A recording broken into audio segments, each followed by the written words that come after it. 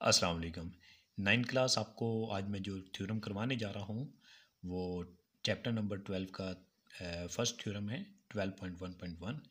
तो सबसे पहले हम इसकी स्टेटमेंट पढ़ेंगे। स्टेटमेंट में ही जो है वो गिवन जो है वो मौजूद होता है, टू प्रूव मौजूद होता है। ठीक है।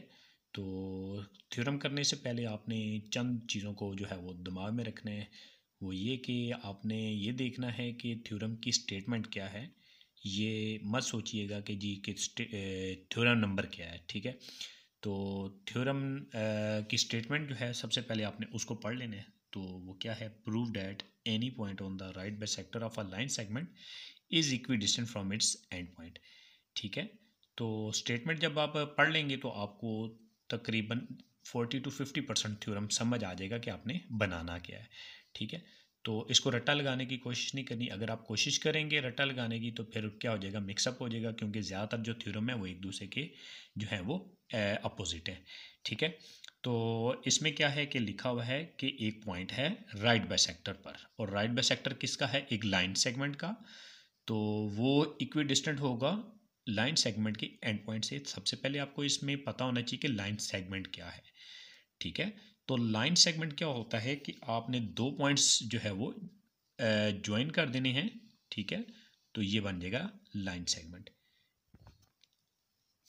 और right bisector of a line segment क्या होता है कि ऐसी लाइन जो किसी लाइन सेगमेंट के मिड पॉइंट से 90 डिग्री का एंगल बनाकर गुजरे उसको कहते हैं right bisector of a line segment.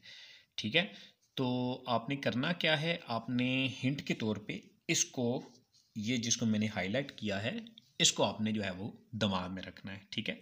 तो आपको थ्योरम का जो है वो गिवन समझ आ जाएगा कि आपने बनाना क्या है। ठीक है। ये मैंने इस को जो है वो हाईलाइट किया है। इससे जो बिफोर आएगा यानी पहले आएगा वो आपका गिवन है। उसी को देख के जो है वो हम फिगर बनाएंगे। ठीक है। तो हम इसमें पढ़ लेते हैं कि इससे पहले क्या लिखा हुआ है। इससे पहले लिखा हुआ है any point on the right bisector of a line segment. यानी आपने एक लाइन सेगमेंट बना के उसका राइट बाइसेक्टर ड्रॉ करना है और राइट बाइसेक्टर के ऊपर एक पॉइंट लगाना है। ये आपके सामने मैं टू पॉइंट्स को जो है वो ज्वाइन करूँगा। ठीक है। तो ये बन जाएगा एक लाइन सेगमेंट। ठीक है। मैंने क्या करना है? इसका मिड पॉइंट निकाल लेना है अंदाजे से। ठीक है। और यहाँ पे मैंने क्या करना है? एक लाइन ड्रॉ करनी है। ठीक है। तो लाइन और लाइन सेगमेंट का आपको पता होना चाहिए, लाइन सेगमेंट के दो एंड पॉइंट होते हैं, जबकि लाइन का जो है वो कोई एंड पॉइंट नहीं होता, उसकी जस्ट डायरेक्शन होती है। ठीक है। तो यहाँ पे मैं क्या करूँगा? एक लाइन ड्रॉ करूँगा। ठीक है। 90 डिग्री के एंगल पे। तो ये जो लाइन है इसके दोनों तरफ क्या होते हैं? एरोज होते हैं। ठीक है। तो मैं एरोज ड्रॉ कर लूँगा। ठीक है। तो ये हमारे पास जो है ये है लाइन सेगमेंट ए बी। ठीक है। और ये जो मैंने ड्रॉ की है जिसके दोनों तरफ एरोज हैं, ये क्या है? ये है लाइन। ठीक है। तो इनमें से राइट बाइसेक्टर कौन सा है? L M. ये राइट बाइसेक्टर है। उसकी रीज़न क्या है? एक तो ये ए बी के मिड पॉइंट से पास हो रहा है और दूसरा 90 डिग्री का एंगल बना रहा है। ये जो मैंने ब्लॉक्स बनाए हैं ये 90 डिग्री का साइन है। ये जो लाइन है यानी राइट बाइसेक्टर है एल एम, ये ए बी के मिड पॉइंट से गुजर है। हमने मिड पॉइंट का नेम रख दिया। ठीक है। अब हमने करना क्या है? क्योंकि स्टेटमेंट कह रही है कि पॉइंट जो है वो राइट बाइसेक्टर पे है, तो राइट बाइसेक्टर इसका एल एम है। तो एल एम के ऊपर हम कहीं पे करके एक पॉइंट लगा देंगे, ड्रॉ कर लेंगे, उसका नाम रख लेंगे, जैसे मैंने यहाँ पे नाम रखा है पी। ठीक है। तो ये मेरी जो फिगर अभी तक रेडी हो चुकी है, ये हमारी गिवन तक की फिगर रेडी हो चुकी है। ठीक है। अब इसी को दे के हमने जो है वो गिवन लिख लेना है। गिवन लिखने के लिए हमने करना क्या है? स्टेटमेंट को ही यूज़ करना है। जैसे यहाँ पे एनी पॉइंट है, हम क्या करेंगे? आप पॉइंट कर देंगे। ठीक है। और उसको यहाँ पे लिख लेंगे आप पॉइंट। उसके बाद पॉइंट का नेम लिखेंगे। पॉइंट का नेम क्या है? पी। अब पॉइंट पी, उसके बाद आ जाएगा इज ऑन। अब ऊपर क्या लिखा हुआ था? The right bisector. तो राइट बाइसेक्टर का हमें नेम पता चल गया है, वो है एल एम।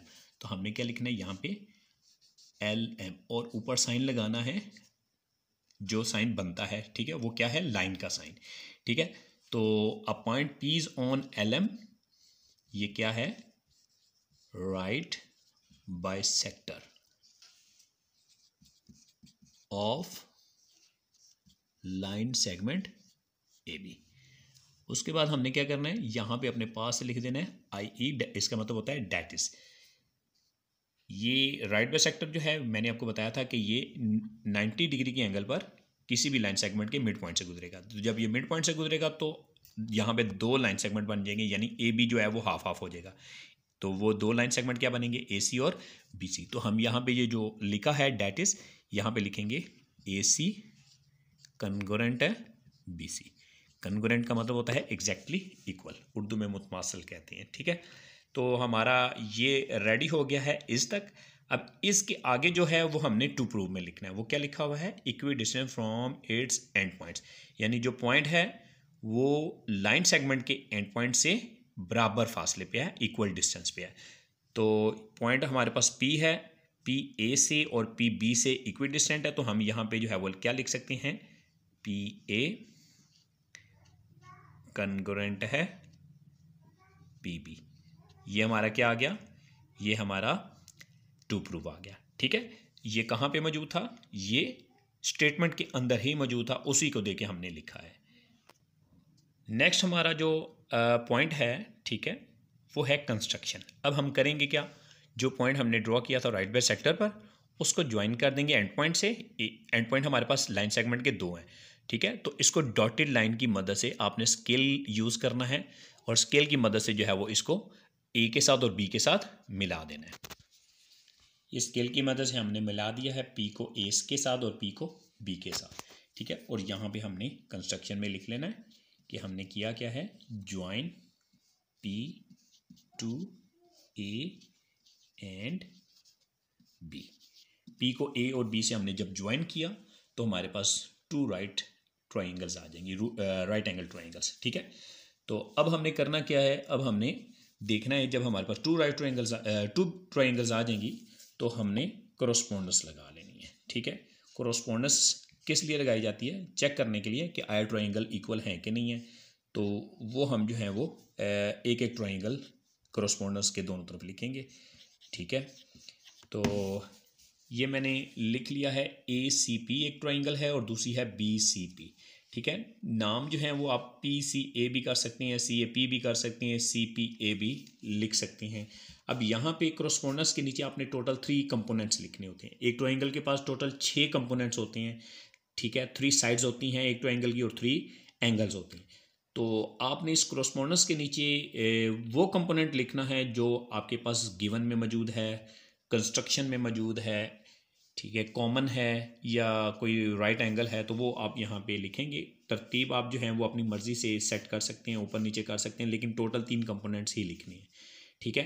तो हमने देखना है हमारे पास गिवन में, तो कोरोस्पोंडेंस के नीचे आपने वो लिखना होता है जो गिवन में मौजूद हो। तो गिवन में आपके पास AC कन्ग्रुएंट है BC, ठीक है। तो कोरोस्पोंडेंस इसलिए लगाई जाती है ताकि देखा जाए कि आया ट्राइंगल्स जो हैं वो इक्वल हो सकती हैं कि नहीं हो सकती हैं, ठीक है। तो अगर ट्राइंगल इक्वल हो जाएंगी तो फिर वो पोस्टुलेट कहलाएगा, ठीक है।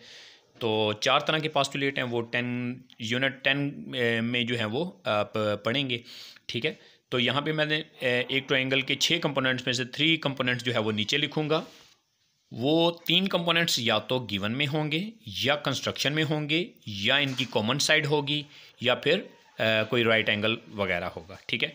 तो मैं पहला कंपोनेंट जो है वो गिवन से ले लेता हूँ। वो क्या है, AC कन्ग्रुएंट है BC। तो इसकी रीज़न हम लिखेंगे कि ये हमने कहाँ पे लिखा हुआ था, गिवन में, ठीक है। उसके बाद हमने देखा यहाँ पे ये ब्लॉक जो है ये शो कर रहा है कि यहाँ पे 90 का एंगल मौजूद है। तो इसको कैसे लिखेंगे, एंगल ACP और एंगल BCP ये आपस में इक्वल है क्योंकि दोनों 90 के एंगल है। ये हम यहाँ पे लिख लेंगे एंगल ACP, ये एंगल का साइन है, कन्ग्रुएंट है एंगल BCP। इसकी रीज़न क्या लिखेंगे, ईच एंगल इज 90 डिग्री, ठीक है। 2 कंपोनेंट्स हो गए। थर्ड कंपोनेंट देखेंगे कोई कॉमन साइड है, तो कॉमन साइड बनती है CP या PC, ठीक है। आप जो है वो यहाँ पे वो लिख लें, CP लिख लें, सी पी कन्गोरेंट है, सी पी ये दोनों ट्राइंगल्स के अंदर मौजूद है, कॉमन साइड है, तो ये आपने इधर कॉमन लिख लेना है। ठीक है, कंपोनेंट्स कितने इक्वल हो गए हैं, एक लाइन सेगमेंट, एक एंगल और एक फिर लाइन सेगमेंट, यानी 2 लाइन सेगमेंट है, 2 साइड्स हैं और एक एंगल है। तो जब भी 3 कंपोनेंट्स इक्वल होंगे ट्राइंगल इक्वल कर देंगे। तो आपने लिखना है angle triangle A C P congruent है ट्राइंगल बी सी पी। तो पहले क्या है, लाइन सेगमेंट है यानी एस, उसके बाद है एंगल, उसके बाद है साइड। तो इसको लिखने के 2 तरीके हैं, नंबर 1 पोस्टुलेट लिख सकते हैं, नंबर 2 कन्गोरेंट का साइन लगा के दोबारा से एस ए एस लिख सकते हैं। ठीक है, एस ए एस कन्गोरेंट है एस ए एस या एस ए एस पोस्टुलेट, ये लिख सकते हैं। ठीक है, अब क्योंकि ट्राइंगल इक्वल है, ठीक है, तो इनकी जो बाकी रिमेनिंग कंपोनेंट्स होंगी आपने उनको इक्वल कर देना। तो रिमेनिंग कंपोनेंट्स क्या हो सकती हैं, 2 साइड्स इक्वल हो गई हैं, तो टोटल कितनी होती हैं 3 साइड्स, तो एक साइड रह गई है। तो हमने देखना कि आया, हमने जो प्रूव करना है वो साइड है कि एंगल है, तो हमें पता चला वो साइड है, तो हमने उस साइड को इक्वल कर देना है। हम यहाँ पर लिख लेंगे पी ए कन्गोरेंट है पी बी। ठीक है, तो लाइन सेगमेंट पी ए कन्गोरेंट है लाइन सेगमेंट पी बी, इसकी रीज़न क्या लिखेंगे, कोरोस्पोंडिंग ये साइड्स थी ऑफ, अब यहाँ पे साइन बिल बना सकते हैं कन्गोरेंट ट्राइंगल और ऊपर एस लगा दें, तो क्या पढ़ेंगे, कोरोस्पोंडिंग साइड्स ऑफ कन्गोरेंट ट्राइंगल। यहाँ पे आपका थ्योरम ख़त्म हो जाएगा। तो आपने कोशिश करनी है कि इसको आपने याद नहीं करना बल्कि समझ के करना है। ठीक है, तो आपने दिमाग में रखना है कि 2 चीज़ें ऐसी हैं जिसके बगैर जो है वो आपका थ्योरम जो है वो आपको 0 मार्क्स देगा। नंबर 1, अगर आपकी फिगर गलत हो जाती है तो आपको नंबर नहीं मिलेंगे।